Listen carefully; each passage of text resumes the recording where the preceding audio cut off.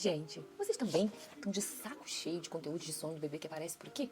Ou é só comigo que trabalho com isso que tô com bode disso tudo? Olha, porque eu abro isso aqui e parece que absolutamente tudo virou um sinal de que tem alguma coisa errada com a criança dos outros, gente. Como assim? Porque se esse bebê acorda à noite, pronto, tem alguma coisa de errado com ele. Mas assim, é muito errado. Vamos ver o que tá acontecendo? Aí começa. O bebê pede colo, que ele precisa dessa conexão. Nossa, tá dependente, tem uma coisa de errada. E aí, se o bebê dorme mamando, é associação negativa. Ele tem que ter autonomia, porque senão ele vai acordar à noite chorando 1000 vezes. Se a soneca foi de 40 minutos, não. É falta de autonomia ou essa rotina tá errada. E aí eu fico pensando no nível de vigilância que você, que é uma mãe, às vezes de primeira viagem, começa a viver quando consome isso assim, ó, diariamente, todos os dias. Porque eu que trabalho com isso, eu fico assim, imagino você. Eu que consigo filtrar, imagina você. Que vai só recebendo cada hora uma informação diferente de alguma situação diferente por aqui. E aí você para e olha pro seu filho e começa a procurar problema. Porque assim, um bebê de 6 meses não pode simplesmente ter acordado ali naquele dia 1 ou 2 vezes. Tem que existir uma explicação para tudo, para qual motivo cada aconteceu. Ele simplesmente pode não ter tido uma boa noite de sono. Dependendo. Uma janela que passou 5 minutos, nossa, não pode. Uma associação que precisa ser retirada de qualquer jeito, alguma coisa que a mãe fez, que agora precisa consertar, e você fica naquela busca desesperada, sozinha, vagando, e sem saber a direção, sabe? Não sabe pra onde você vai. E o que eu mais vejo hoje são mães frustradas porque o bebê dela não segue aquele padrão que alguém, principalmente profissional, daqui diz que tem que ser. Porque não dormiu igual o bebê daquela influência, não faz aquela soneca de 1000 horas que a fulaninha faz, não aguenta aquela mesma janela, não dorme a noite inteira igual o filho da amiga, da vizinha, daquela profissional lá, que dorme desde a maternidade sozinha, no quarto dela, 12 horas de sono. Gente, o seu bebê não vai ser igual. Eu tenho 3 filhos dentro da mesma casa, criados pelos mesmos pais, com a mesma rotina similar para cada um.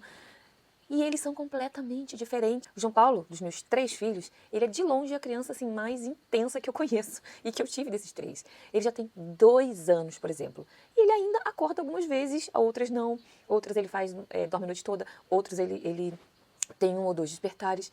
Eu sei que alguém poderia olhar para isso isoladamente e falar, mas então tem uma associação negativa. Então é alguma coisa que está errada, alguma janela. Provavelmente a gente partiria desse princípio. Só que não, gente. Eu conheço o meu filho e você precisa conhecer quem é o seu filho. O João Paulo ele tem uma sensibilidade e uma necessidade de regulação muito maior do que os meus outros 2 filhos tiveram. Mudou o tempo, esfriou um pouquinho, pode contar que ele vai sentir. Passou um dia inteiro chovendo, assim, ficou mais em casa, não teve muito contato com a natureza, não gastou a energia que ele precisava, pode contar que ele vai ter ali um despertar. Sabe? Eu percebo isso no sono dele. Eu percebo que certas mudanças, agitação, pessoas diferentes, ele mexe com ele. Ele está começando um resfriado, ele às vezes muito leve, às vezes praticamente nenhum outro sintoma além de um nariz, um pouquinho ali, com uma secreçãozinha. Pronto, já sei que aquela noite ele vai ficar desconfortável.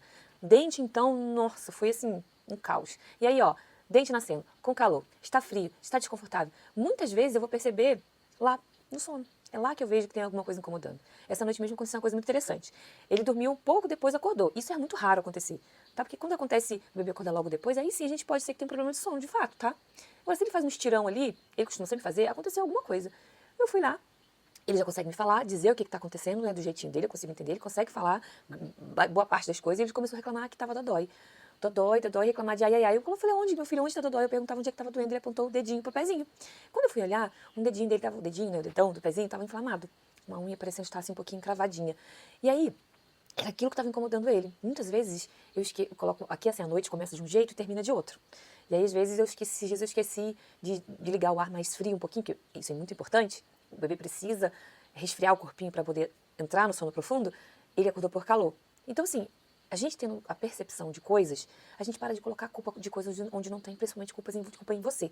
E aí, o João Paulo, ele já consegue me dizer. Agora, imagina um bebê de 4, 3, 6, 8 meses. Ele não consegue me dizer, olha, meu nariz está incomodando. Assim como o João Paulo também, especificamente, às vezes não consegue. Ele não consegue falar, tô com gases, tem alguma roupa que está me incomodando, tem uma etiqueta, tô sentindo calor, tô sentindo frio, aqui tá doendo aqui a boquinha, que o corpinho dele tá estranho porque tá começando um resfriado, igual a gente começa a ficar resfriada. Ele vai fazer como? Ele vai acordar e vai te chamar. E acordar e chorar é uma das poucas formas que ele tem de te mostrar que tem alguma coisa acontecendo naquele corpinho, naquele ambiente, que ele precisa pedir a presença de alguém para ajudá-lo. Isso significa que despertar, que todo despertar vai ser desconforto? Claro que não. Também não significa que a gente cruza os braços e pensa, bebê acorda mesmo, tá? Eu vou viver assim, essa é a minha realidade, eu não tenho nada para fazer, bebês acordam, vai passar. Não. A gente tem que encontrar um equilíbrio nisso aí. Eu trabalho com sono infantil justamente porque existe muita coisa que pode ser observada, investigada, ajustada.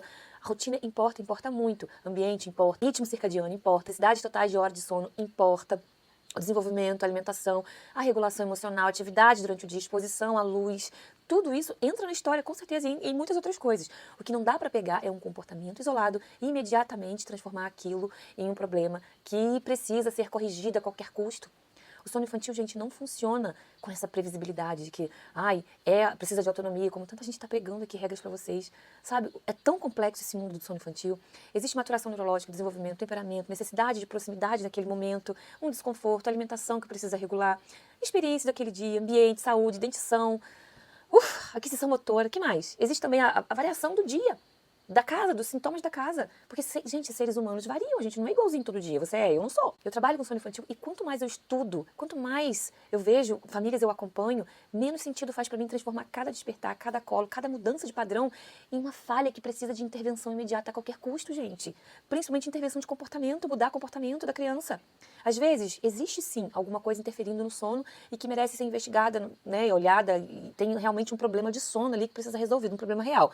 E esses problemas, eles têm cara, nome, jeito, sintoma. Só que a criança não precisa apresentar um sono perfeitinho para estar dormindo de maneira saudável, gente. Ela não precisa ter nenhum despertar e te chamar nenhuma vez, nunca mais na infância dela.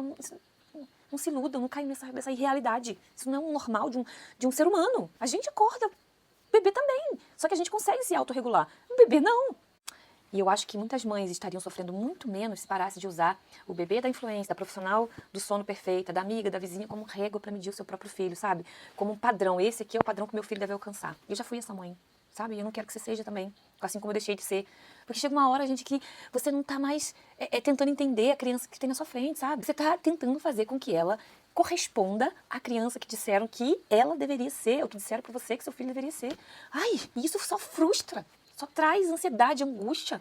E você esquece o mais importante, que é viver a sua maternidade real, com mais presença, mais tranquilidade. E quando você se importa menos com certas coisas e opiniões e regras, a coisa geralmente começa a fluir, não é? E aí? Qual dessas regras você já ouviu por aí que você já não aguenta mais? Me conta que eu quero saber.